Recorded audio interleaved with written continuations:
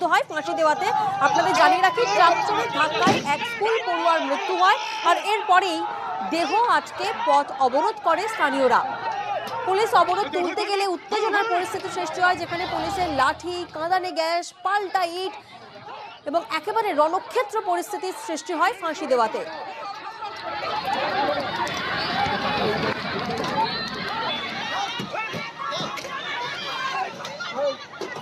লাগবে দাদা দেখ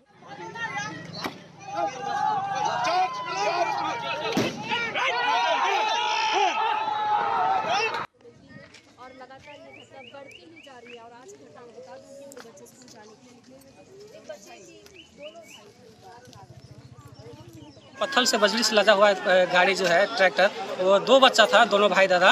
एक का तो हेवी इंजर्ड हुआ, इसका पायरो अस्पताल उसका ले गया है, लेकिन जो छोटा बच्चा था प्री केजी में, उसका एक्सपोर्ट डेट हो चुका है। प्रशासन है तो जब तक जवाब नहीं देगा, हम लोग यहाँ जो बच्चा का शव है उठाने नहीं देंगे।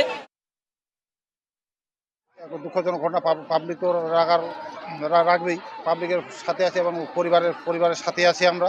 পরিবারকে যতটা সাহায্য করার আমরা আপনার চেষ্টা করব।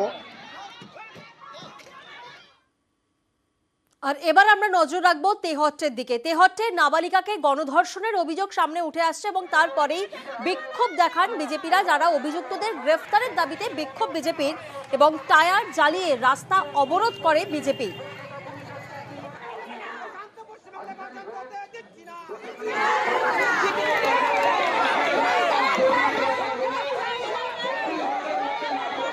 এই ঘটনার আমরা তীব্র প্রতিবাদ করছি।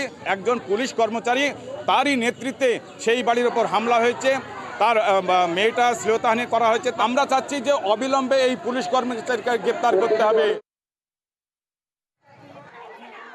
মূল অভিযুক্ত যারা 3 জন অ্যারেস্ট হয়ে গিয়েছে, খুবই দুঃখজনক ঘটনা এটা। আবার আমি শুনেছি যারা ধর্ষণ করেছে তারা বিজেপির সমর্থক।